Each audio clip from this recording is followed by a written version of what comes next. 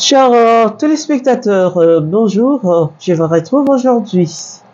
J'espère que vous allez bien. Moi, je vais bien aussi par la grâce de Dieu. Merci à vous qui êtes fidèles à nous suivre. Nous étions arrêtés à 340 dollars. Hier, quelqu'un a envoyé 10 dollars. Donc, nous sommes arrivés à 350 dollars. Merci de votre fidélité. Il y a des promesses, nous attendons. En attendant, nous continuons de cette manière. Alors, je suis là pour deux informations de la Conférence épiscopale nationale du Congo. La première information que je voulais vous inviter à suivre, Monseigneur Donatien Cholet, la déclaration des évêques de la SENCO. Bien sûr que c'est signé le président de la SENCO, mais c'est le message de tous les évêques de la SENCO, représentés par les présidents de la SENCO, lu par le secrétaire général de la SENCO, qui est le porte-parole de la SENCO. Alors, je vous invite de suivre les premiers messages, et puis il y a les deuxièmes messages. Je vais vous les donner après ces messages. La vie humaine est sacrée. Déclaration des évêques membres de la Conférence épiscopale nationale du Congo SENCO contre la banalisation de la vie en République démocratique du Congo. Nous, cardinal, archevêques et évêques membres de la Conférence épiscopale nationale du Congo SENCO, en vertu de notre charge pastorale, ne nous tairons jamais tant que le peuple congolais ne jouira pas pleinement du droit à la vie et du respect de sa dignité. En effet, au moment où la nation est préoccupée par la guerre à l'Est et les affres du phénomène Mobondo à l'Ouest, il est saugrenu que l'on assiste au massacre des civils et au carnage à la prison centrale de Makala à Kinshasa. Constat. Il est plus que déplorable de devoir compter chaque jour des morts de suite des attaques et bavures des forces de l'ordre et de sécurité d'une part et de la négligence des services de l'État d'autre part. Il y a un an, le 30 août 2023, c'était le massacre de plus d'une cinquantaine de personnes dites Wazalendo, adeptes d'une secte à Goma par la garde républicaine. Récemment, le 15 août 2024, la nation congolaise a été endeuillée par le massacre crapuleux d'une dizaine de jeunes du mouvement religieux Bidi Akilwa par certains éléments des forces armées de la République démocratique du Congo et de la police nationale congolaise. Le 18 août 2024, nous avons déploré la mort de 25 personnes, doublée de la disparition de 160 autres dans le naufrage d'une baleinière sur la rivière Lukeni dans le Maïndombe. Suite à la négligence des services de l'État commis à la régularisation de la navigation dans nos lacs et rivières.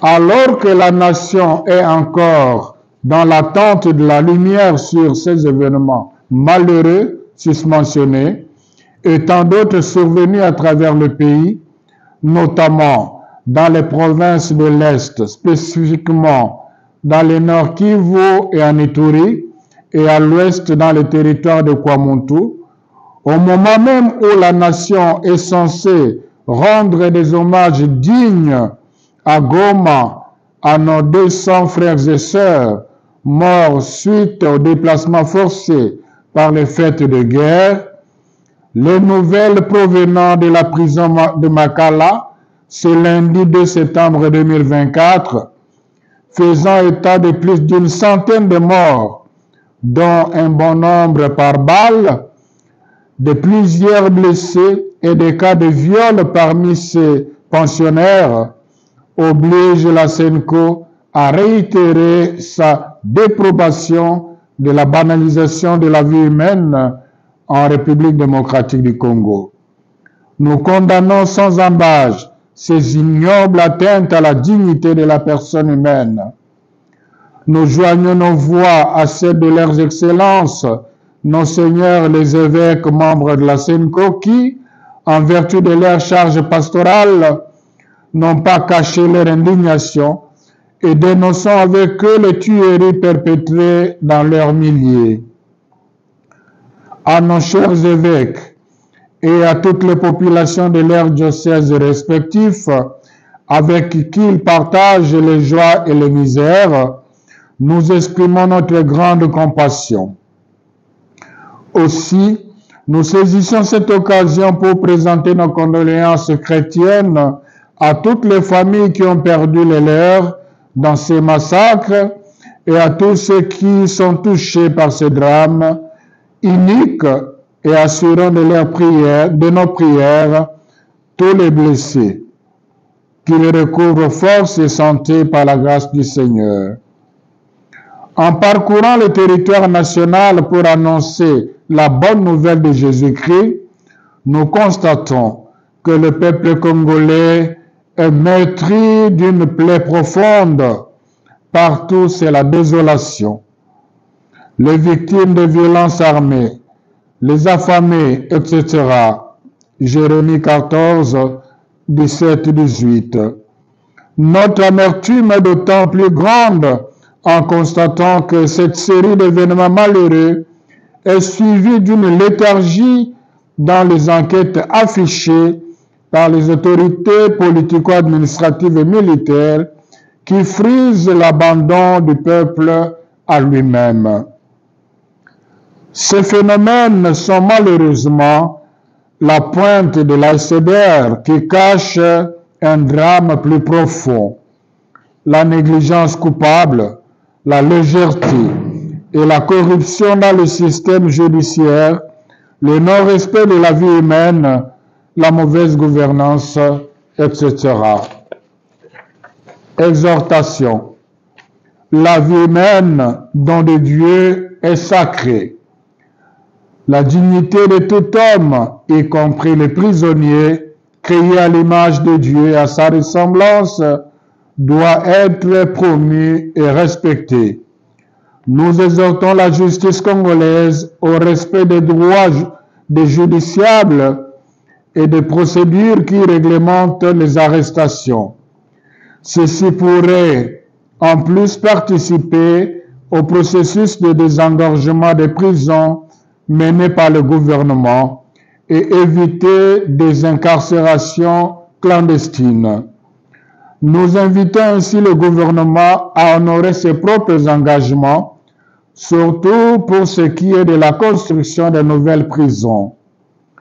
Les faits évoqués ci haut et tant d'autres qui sont dénoncés constamment par les organisations de la société civile ternissent l'image de marque de la République démocratique du Congo.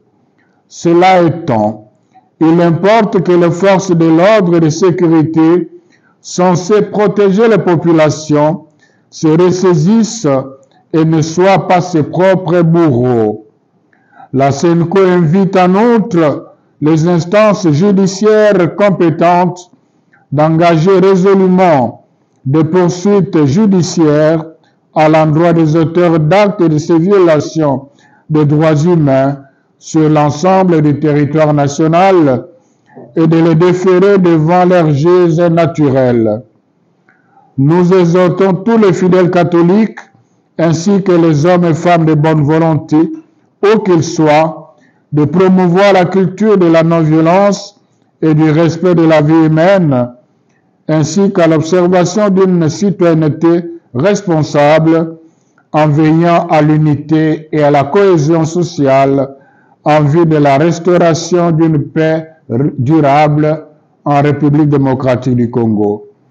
Que par l'intercession de la Sainte Vierge Marie, Notre-Dame du Congo et Reine de la paix, Dieu protège la RD Congo.